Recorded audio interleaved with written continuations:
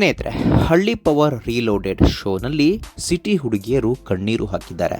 ತಮ್ಮ ಪೋಷಕರಿಗೂ ಈ ಮೂಲಕ ಕ್ಷಮೆ ಕೂಡ ಕೇಳಿದ್ದಾರೆ. ಅಷ್ಟಕ್ಕೂ ಕಣ್ಣೀರು ಹಾಕಿದ್ದು ಯಾಕೆ? ಬೆಂಗಳೂರಿನ ಹುಡುಗಿಯರು ಹಳ್ಳಿಗೆ ಬಂದಾಗಿದೆ, ಆಟವೂ ಶುರುವಾಗಿದೆ.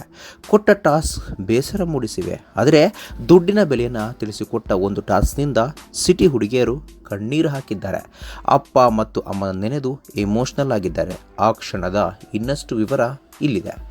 ಹಳ್ಳಿ ಪವರ್ ಶೋನ ಕಾನ್ಸೆಪ್ಟ್ ಚೆನ್ನಾಗಿದೆ. ಕಲಿಕೆ, ಪರೀಕ್ಷೆ ಮತ್ತು ಪರಿಣಾಮವಾಗಿ ಆಗಿದೆ. ಇದನ್ನು ಅಕುಲ್ ಬಾಲಾಜಿ ಹೇಳ್ತಾನೆ ಇರ್ತಾರೆ, ಇದು ಶೋನ ಉದ್ದೇಶ ಆಗಿದೆ ಅಂತ.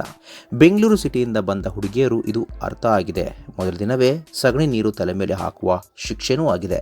ಗೆದ್ದವರಿಗೆ ಖುಷಿನೂ ಸಿಕ್ಕಿದೆ. ಹಳ್ಳಿ ಪವರ್ ಶೋನಲ್ಲಿ 2ನೇ ದಿನ ಒಂದು ಟಾಸ್ಕ್ ಕೊಟ್ಟಿದ್ದಾರೆ. ಇದು ವಸ್ತುಗಳನ್ನು ಮಾರಾಟ ಮಾಡುವ ಟಾಸ್ಕ್ ಆಗಿದೆ. ಹಳ್ಳಿ ಪವರ್ ಸ್ಪರ್ಧಿಯೊಬ್ಬರು ತಮ್ಮ ಪೋಷಕರಿಗೆ ಕ್ಷಮೆ ಕೇಳಿದ್ದಾರೆ. ಸಿಟಿನಲ್ಲಿ ಮನಸ್ಸಿಗೆ ಬಂದ ರೀತಿಯೇ ದುಡ್ಡು ಖರ್ಚು ಮಾಡುತ್ತಿರುವುದನ್ನು ಹೇಳಿಕೊಂಡಿದ್ದಾರೆ.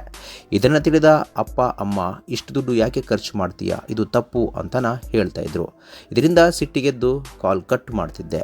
ಹಳ್ಳಿ ಪವರ್ನಲ್ಲಿ ದುಡ್ಡಿನ ಬೆಲೆ ಗೊತ್ತಾದ ಮೇಲೆ ತಾವು ಈ ಹಿಂದೆ ಮಾಡಿದ್ದು ತಪ್ಪು ಅಂತ ಸ್ಪರ್ಧಿಗೆ ಅನಿಸುತ್ತಿದೆ.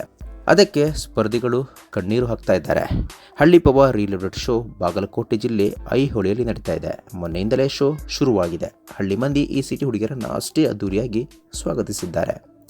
ಆದರೆ ಈ ಸಲ ಇಲ್ಲೊಂದು ಇಂಟ್ರೆಸ್ಟಿಂಗ್ ಶಿಕ್ಷೆ ಇಟ್ಟಿದ್ದಾರೆ. ಅದು ಗಡಿಪಾರು ಶಿಕ್ಷೆನೇ ಆಗಿದೆ. ಊರಿನ ಮನೆಯಿಂದ ದೂರ ಇರೋ ಗುಡಿಸಿನಲ್ಲಿ ಉಳಿಯೋ ಶಿಕ್ಷೆ ಆಗಿದೆ. ಇಲ್ಲಿ ಇವರಿಗೆ ಯಾವುದೇ ಹೆಚ್ಚಿನ ಸೌಕರ್ಯ ಇಲ್ಲವೇ ಇಲ್ಲ ಅಂತಲೇ ಹೇಳಬಹುದು. ಸ್ನೇಹಿತರೆ, ನೀವು ಕೂಡ ಹಳ್ಳಿ ಪವರ್ ನೋಡ್ತಿದ್ದೀರಾ? ಇದ್ರ ಬಗ್ಗೆ ನಿಮ್ಮ ಅನಿಸಿಕೆನ ತಪ್ಪದೆ ಕಾಮೆಂಟ್ ಬಾಕ್ಸ್ ತಿಳಿಸಿ. ಸ್ನೇಹಿತರೆ, ವಿಡಿಯೋ ಇಷ್ಟ ಆಗಿದ್ರೆ ಲೈಕ್ ಮಾಡಿ, ಶೇರ್ ಮಾಡಿ, ಚಾನಲ್ನ ಸಬ್ಸ್ಕ್ರೈಬ್ ಮಾಡಿ. ಹಾಗೆ ಬೆಲ್ ಐಕನ್ನ ಕ್ಲಿಕ್ ಮಾಡಿದ್ರೆ ಹೊಸ ವಿಡಿಯೋನ ನೀವು ಮಿಸ್ ಮಾಡೋದೇ ಇಲ್ಲ. ಮುಂದಿನ ವಿಡಿಯೋದಲ್ಲಿ ಭೇಟಿಯಾಗೋಣ. ಧನ್ಯವಾದಗಳು.